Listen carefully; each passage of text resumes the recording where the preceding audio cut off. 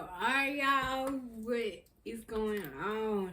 As you can see, I'm back with another video. Y'all see this consistency? We ain't gonna talk about it though. We ain't, not too much. I'm just saying, I ain't gonna toot my own horn, but you know, a BB, you know, with the consistency of BB, okay? Okay, I just want y'all, before we get into this video, don't forget to like, comment, and subscribe, and go back and check out some of my other videos that you missed, and make sure you click that bell notification so you are always aware when I upload, because your girl ain't got no schedule, because life be lifing. I ain't finna tell y'all to say, hey, look on Wednesday, and then I don't post Wednesday, then y'all be coming for my edges because Wednesday ain't nothing there, you know. So, we're going to play this by ear, okay? When that ding go off, because I didn't post, there you go, okay? That's me basically sending you a message like, girl, I'm posted. Like, what is it? Like, come watch. Okay? As you can see, this video is about my mom. A long-awaited video that I've been wanting to do, or whatever. I just, you know, that I'm home alone, snowed in, child. Oh, Texas. Oh my gosh. But I decided to go ahead and embark on telling the story about my mom, about her, and then the day that I lost her. Okay? So, getting into it, my mom, she was one of 5 siblings or whatever. And if you go check out my channel, in my videos, I did an interview with my mom's mom, my granny Daisy. Like, love her, love her, love her. You can go check that out or whatever. So my mom, she has 3 kids. I'm the middle child. I don't know if I give off middle child. You know, sometimes I feel like I give off big dog status or whatever. Or whatever. But I have an older brother and I have a younger sister or whatever. And when she was like, my mom had me and my brother like when she was in her early 20s or whatever.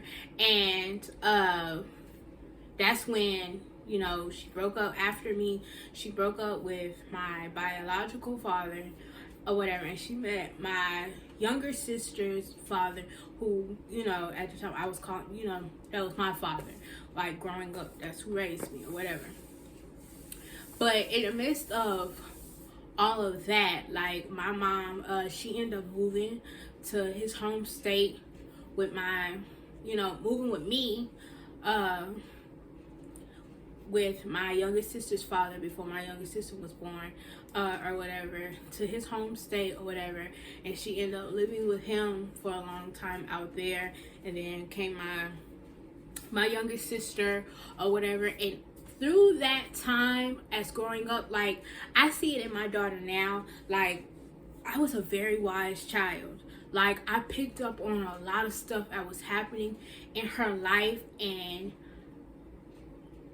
picking up stuff and being exposed to a lot of stuff that I was exposed to when I was out there, it made me wise. It made me, I feel like, grow up a little bit faster than probably what I was really ready for. You know what I mean? Because you would see so much and see your parents go through so much, and hear, you know, see your mom go through so much, it made you feel like you were supposed to fix it somehow. When you were younger, it made you feel like somehow, some way, you were supposed to make it better. You know, and I can honestly say, like, even for myself, I see that for my children going through the stuff that I'm going through. Like, sometimes they try to put that on them, like, oh, it's for me to make this parent feel better because of what they're going through. And I really try to shield my children from those emotional tolls as much as possible. Don't get me wrong, you can't shield them from everything, but I most definitely tried to. And my mom, she tried to also. Like, while she was there at my dad's home state or whatever, she became a nurse. She went to school. Like, she was working at, my mom worked at Walmart, she worked at Kmart, She went to night school. She went to, like, she was so good at her college or whatever. They ended up even like having her teach a certain course or whatever, just so she could have extra money. Like, she really was a hustler. Like, she really, like, she really did her thing. So just seeing her, like, through that lens, like, now that I'm, single, trying to go ahead and get through school and stuff like that, she set this standard. Like, if you want it bad enough, you'll go get it. And that's truly what I take from just her life story. Like, if you want it bad enough, you'll go get it, and you'll make time for it. And if you trust God through it, He'll see you through it. For real. Like, for real. Like, like, my mom, throughout her health journey, like, after she became a nurse or whatever, we end up, eventually we moved back here, to Texas or whatever. And for a while she was okay, and then after, like, her health started to deteriorate, like, not in a fast kind of pace, but it was kind of like my mom, like, her normal size, like, she just got bigger out of, like, nowhere. And it's like she got tired. It's just she wasn't like herself, and that's what made her go to the hospital or whatever. And with her going to the hospital is when we first found out that she was in kidney failure. And it's like, y'all, I have to tell y'all this story. It's like a story time within a story time. Like, I was still in high school or whatever, going up to see my mom. And I'll never forget, it was this African doctor or whatever, who, when I came in or whatever, they were still running tests. And, she knew a little bit, like, her kidney wasn't functioning right, but she didn't know the full details. So it's like me, my dad, and my mom inside her room. So the doctor comes in. He's like, yeah, you're in, I forgot what stage, but it was like probably like the worst stage of kidney failure. And he was like, I give you like 6 months to live. I've never seen. And y'all, when I say, I looked at that man, and when I say that, I don't know who he thought he was playing with, because who mama finna, what? Huh? Y'all, I'm telling you, my mama, like, saying, she was in that bed, and she was just looking like, goodness, like, godly. And I just started prophesying, like, no, you are not. Like, I remember it like it was yesterday, y'all. I told her, like, you are not a carton of milk. You don't have no expiration date on the bottom of your feet. Like, we're not gonna accept that. I'm not accepting that.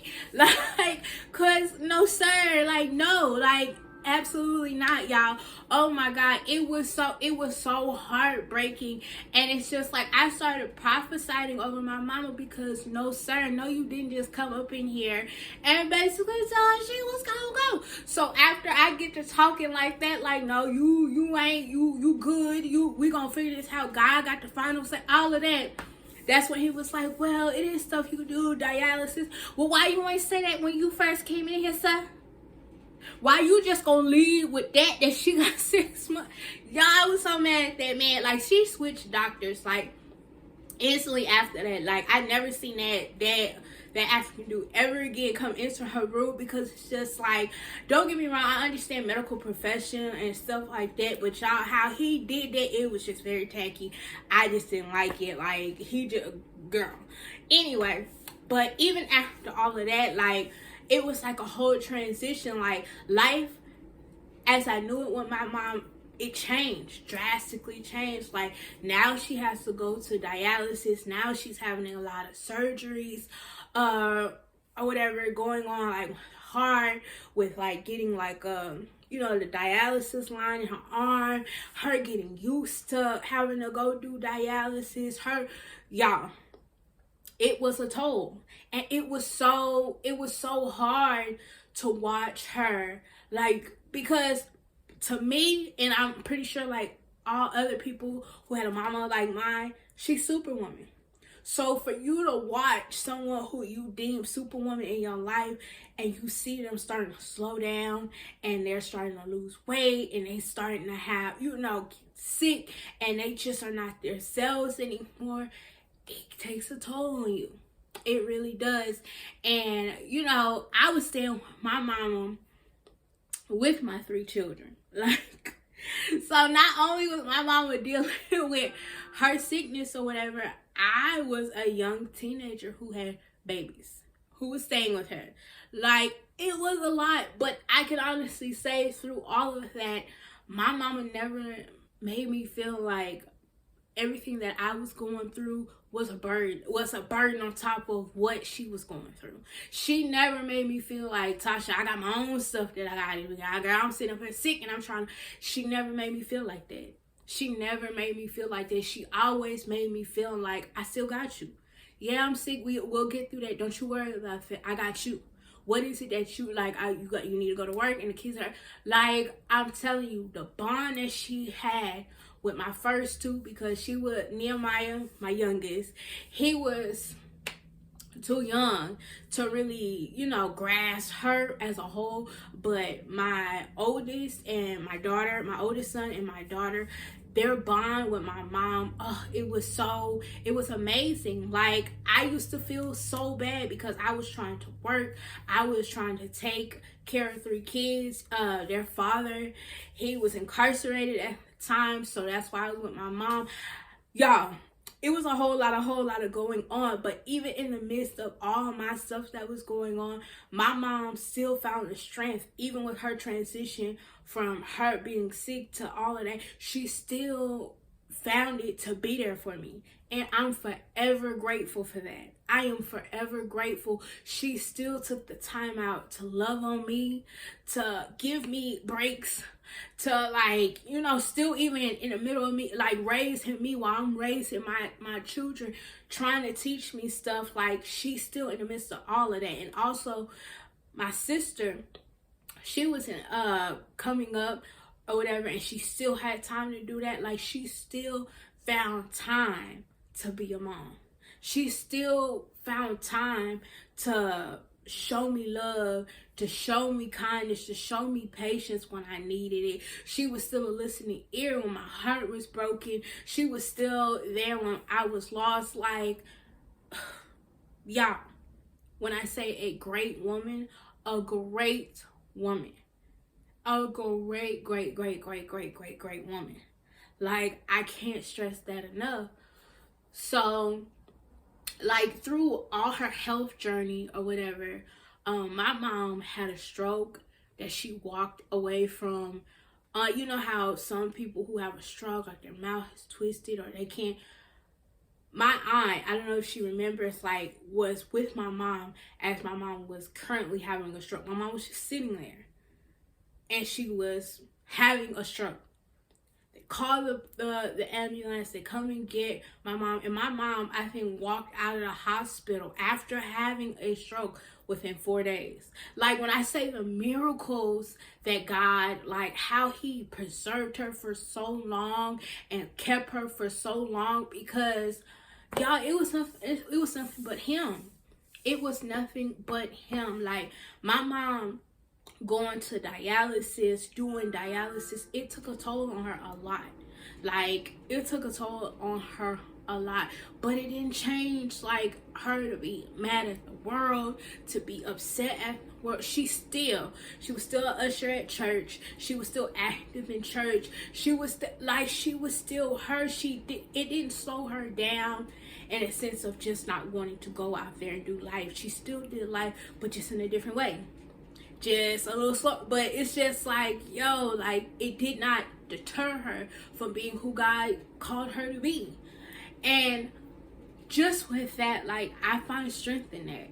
Like, I found so much strength in my mom's story, because, like, all the health ups and downs, I'm talking about surgery after surgery. Like, she had to get a line going through her neck before, and she didn't. Y'all, I'm talking about had to have, like, so much stuff on the body, but it didn't shake her faith. It didn't shake her spirit. And with that, like, I found so much strength in her story. But I can honestly say, like, all that she went through was so inspiring, because it's like, to be going through all of that and still find love, light, and being able to be there for people in the midst of all of that, it takes a special kind of person. It takes a special kind of person. So, like, just with all of that, like, she was strong. She was so strong. Like, she was so strong to where it's like, my mom, she was so strong to where she would, like, feed me, like, Tasha, you got it.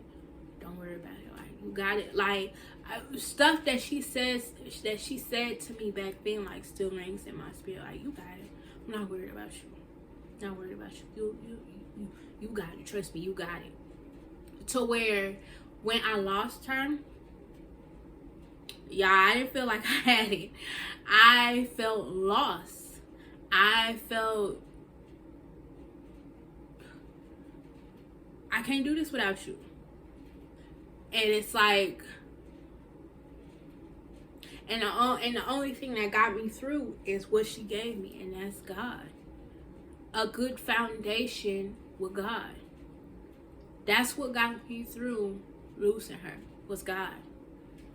Because as she was going through her own journey with her health and stuff like that, the only thing that got her through that was God.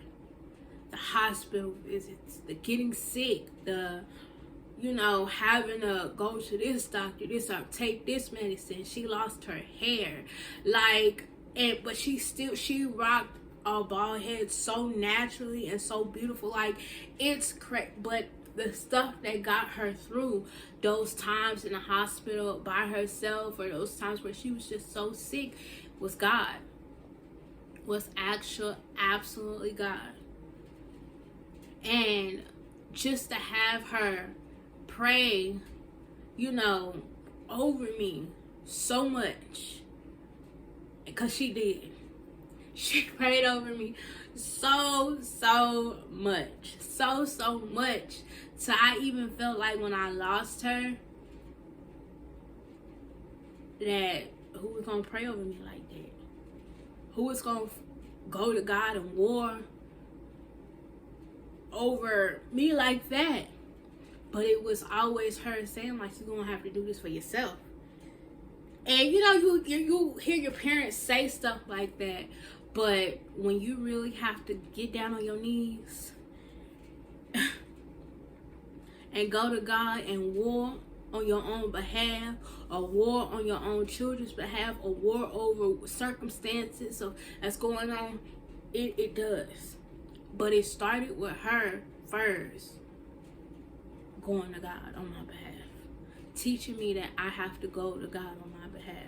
That yes, she'll do it, but it's gonna come a time when she can't, and I'm gonna have to do it for myself.